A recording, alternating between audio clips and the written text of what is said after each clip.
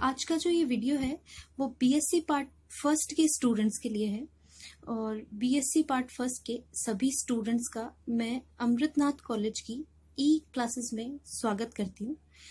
आज का टॉपिक जो रहेगा वो सिलेबस है बीएससी पार्ट फर्स्ट का, जिसमें मैं थोड़ा सा 12th के जो आपके सब्जेक्ट्स थे उनके बारे में पहले थोड़ा डिस्कस कर लेती हूँ कि 12th में आपने जो पढ़ा है वो है बायोलॉजी, केमिस्ट्री और फिजिक्स। ये तीनों ऑप्शनल पेपर थे आपके। बीएससी फर्स्ट ईयर में जो है वो आपके फिजिक्स नहीं होगी, फिजिक्स वाला जो पेपर है वो नहीं होगा। उसकी जगह बायोलॉजी जो है उसको दो पार्ट में डिवाइड कर दिया गया है, जूलॉजी और बॉटनी। अभी तक 12th में आप जूलॉजी और बॉटनी को कंबाइंड बायोलॉजी में पढ़ते आए हैं। ओके, आपने अभी तक इसको बायोलॉजी में पढ़ा है। अभी जो बायोलॉजी है उसको दो अलग अलग शाखाओं जैसे कि जूलॉजी और बॉटनी मैंने आपको पहले बताया, इनमें पढ़ना है।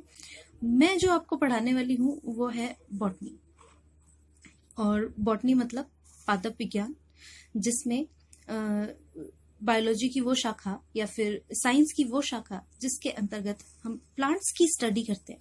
स्टडी ऑफ प्लांट की जिस शाखा के अंतर्गत स्टडी की जाती है उसे हम बॉटनी या पादप विज्ञान कहते हैं। अब किसी भी पर्टिकुलर एरिया में जितने भी प्लांट हैं उन सभी प्लांट को हम फ्लोरा कहते हैं। फ्लोरा यानी कि फ्लावर।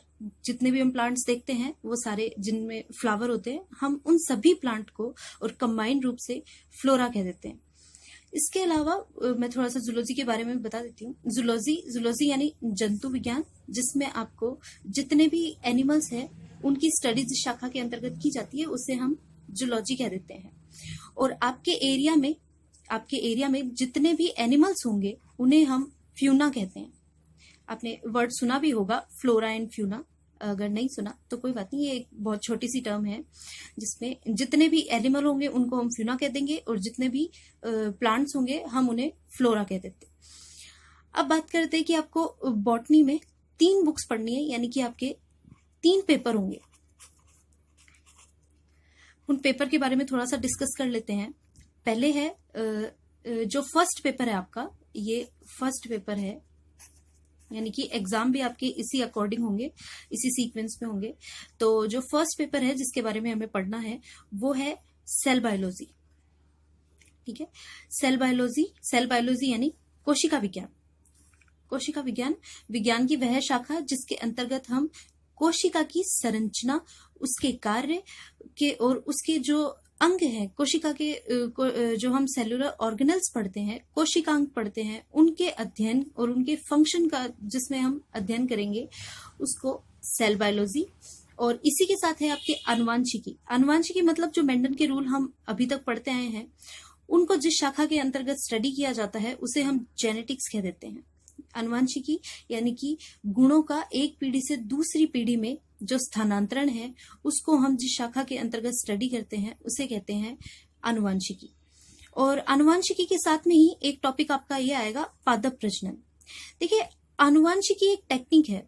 अनुवांशिकी के जो रूल्स हैं या जो नियम हैं जिनका यूज हम प्लांट की किसी भी जो किस्म है या फिर जैसे कि कोई पौधा है जैसे बाजरा, गेहूं, इनकी जो नई आजकल किस्म या फिर वैरायटी बनाई जाती है जो कि गुणन में अच्छी होती है, उनको जिस शाखा के अंतर्गत बनाया जाता है या फिर जिस शाखा के अंतर्गत इनकी स्टडीज की जाती है उसे हम कहते हैं पादप प्रजनन।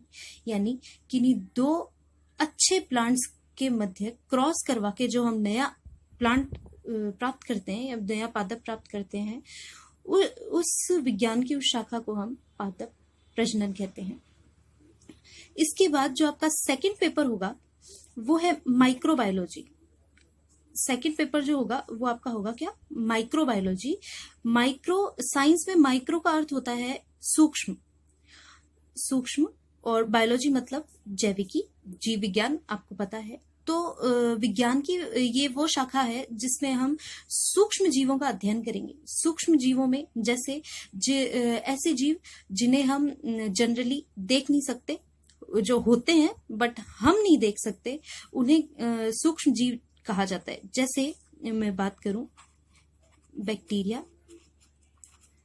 और अभी जो इतना चल रहा है कोविड-19 वायरस, बैक्टीरिया वायरस, ये सूक्ष्म है, हम इन्हें देख नहीं सकते, और इनकी स्टडी हम जिसके ये देखिए हम इन्हें देख नहीं सकते, इसका मतलब है हम नेक्ड आई से ही नहीं देख सकते, इन्हें देखने के लिए माइक्रोस्कोपी का यूज करना पड़ेगा। तो ये इतने सूक्ष्म है कि ये माइक्रोस्कोपी के द्वारा ही देखे जा सकते हैं। तो बैक्टीरिया और वायरस की स्टडी जिस शाखा के अंतर्गत की जाएगी वो हम माइक्रोबायोलॉजी कहेंगे, और इसके अंतर्गत हमें बैक्टीरिया और वायरस की पूरी स्टडी, जैसे इनमें इनकी सेलुलर स्ट्रक्चर क्या होती है और इनके क्या क्या फंक्शंस हैं, ये क्या क्या डिजीज करते हैं, उनके बारे में पढ़ना है। फिर सेकंड जो है वो सेकंड हमारा है माइकोलॉजी। माइको का मतलब होता है माइकोटा, माइकोटा यानी कवक, जो फंगस होती है उसके बारे में इस शाखा के अंतर्गत स्टडी की जाती है। और इसके अलावा जो तीसरा आपके इसमें टॉपिक आएगा वो है प्लांट पैथोलॉजी। पैथो का मतलब होता है रोग। तो जैसे बैक्टीरिया और वायरस किसी भी जीव में रोग फैलाते हैं, वैसे ही प्लांट में भी इनके द्वारा कुछ पर्टिकुलर डिजीज होती हैं। प्लांट भी जो है, जैसे आपने एक पढ़ा है टीएमवी, टोबैको मोज़ेक वायरस, तो ये एक वायरल डिजीज है जो कि तंबाकू के पौधे में होती है। तो इसमें ये जो टीएमवी के कारण जो रोग हो रहा है, टीएमवी के कारण टीएमवी जो रोग है, उसके सिम्टम्स क्या है, उसके लक्षण क्या हैं, या फिर ये किसके कारण होता है, इसका रोगजनक क्या है, इसकी जिसके अंतर्गत हम स्टडी करते हैं उसे हम प्लांट पैथोलॉजी कह देंगे। तो सेकंड पेपर में हमें इन तीनों टॉपिक्स को, माइक्रोबायोलॉजी, माइकोलॉजी और प्लांट पैथोलॉजी, इन तीनों को कंबाइंड रूप से पढ़ना है। तो फर्स्ट पेपर जो मैंने आपको अभी बताया, cell biology, genetics and plant breeding, second microbiology, mycology और प्लांट पैथोलॉजी, एंड लास्ट जो हमारा थर्ड जो टॉपिक बचता है, और जो इजी लगेगा आपको वैसे, लेकिन फिर भी मैं आपको बता देती हूँ, एल्गी, लाइकन एंड ब्रायोफाइट्स। तो एल्गी है शैवाल। देखिए ये प्लांट्स ही हैं, लेकिन एल्गी जो है वो हमें नॉर्मल जो हम प्लांट्स देखते हैं, जड़ तना पत्ती वाले जैसे बोला जाए, तो ये वैसे प्लांट नहीं होते।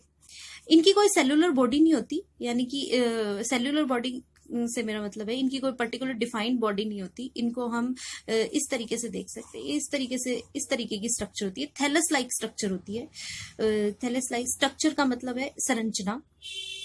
तो एल्गी का अगर मैं एग्जांपल लेके चलूं, तो आपने अपने घरों में काई देखी होगी। काई को ही हम एल्गी कह देते हैं, एल्गी या फिर शैवाल।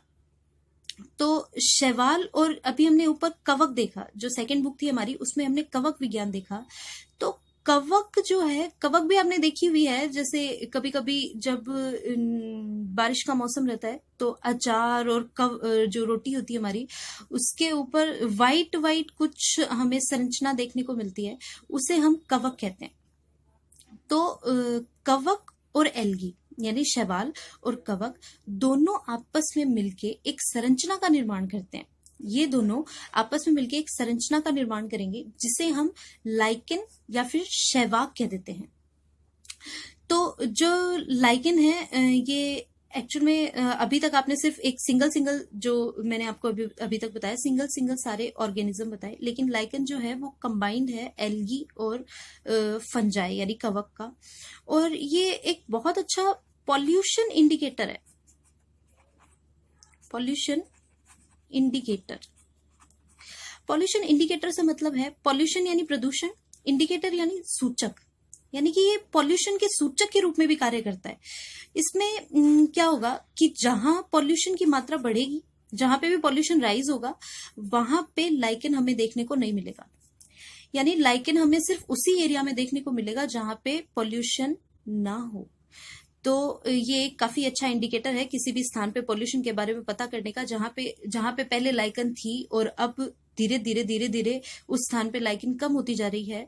इसका सीधा सा एक ही मतलब है कि वहां पे जो पॉल्यूशन रेट है वो बढ़ती जा रही है। और इसका एक बहुत अच्छा एग्जाम्पल आपने पढ़ा है, जब ब्रिटेन में जो इंडस्ट्रियलाइजेशन यानी कि औद्योगिक क्रांति हुई थी, उस वक्त जो जो व्हाइट मॉथ थे और ब्लैक मॉथ थे, तो वो जो ब्लैक मॉथ थे उनकी डेथ होनी शुरू हो गई थी, क्योंकि वहां पे जो लाइकन है उसकी कमी हो गई थी। तो जो थर्ड हमारा इसमें टॉपिक आएगा, लाइकन हो गया, अब है ब्रायोफाइट। तो जो ब्रायोफाइट है ये भी प्लांट ही है, लेकिन ये भी इस टाइप के प्लांट नहीं होते, जड़ तना पत्ती में विभेदित नहीं होंगे, और ये एल्गी के समान हमें दिखेंगे, लेकिन एल्गी थोड़ा सा इनका प्रीवियस यानी कि पहला रूप है। एल्गी को जब हम एक डेवलप्ड रूप में देखेंगे, यानी कि जब एल्गी डेवलप होती है तो वो ब्रायोफाइट बन जाते हैं। तो एल्गी एक छोटा रूप है और ब्रायोफाइट हम उसका बड़ा रूप कह देते हैं। धीरे धीरे जैसे जैसे विकास होगा, यानी कि डेवलपमेंट होगा, वैसे वैसे एल्गी से ब्रायोफाइट बनेंगे। और ब्रायोफाइटा की भी जो स्ट्रक्चर होती है वो थैलस लाइक ही होती है, और इसमें हमें 3-4 ग्रुप्स पढ़ने हैं, तो ये भी एक टॉपिक इजी है। तो इस तरीके से आपके 3 पेपर मैंने आपको बताए। इसके आगे की जो स्टडी है, यानी कि किस तरीके से हम जो ब्रायोफाइट है, एल्गी है, माइकोलॉजी है, इनको प्लांट्स में कैसे डिवाइड करेंगे, इनका क्लासिफिकेशन कैसे किया है, जीव जगत का क्लासिफिकेशन कैसे करना है, वो जो टॉपिक है वो हम नेक्स्ट क्लास में डिस्कस करेंगे। तो आज के लिए इतना ही। Thank you.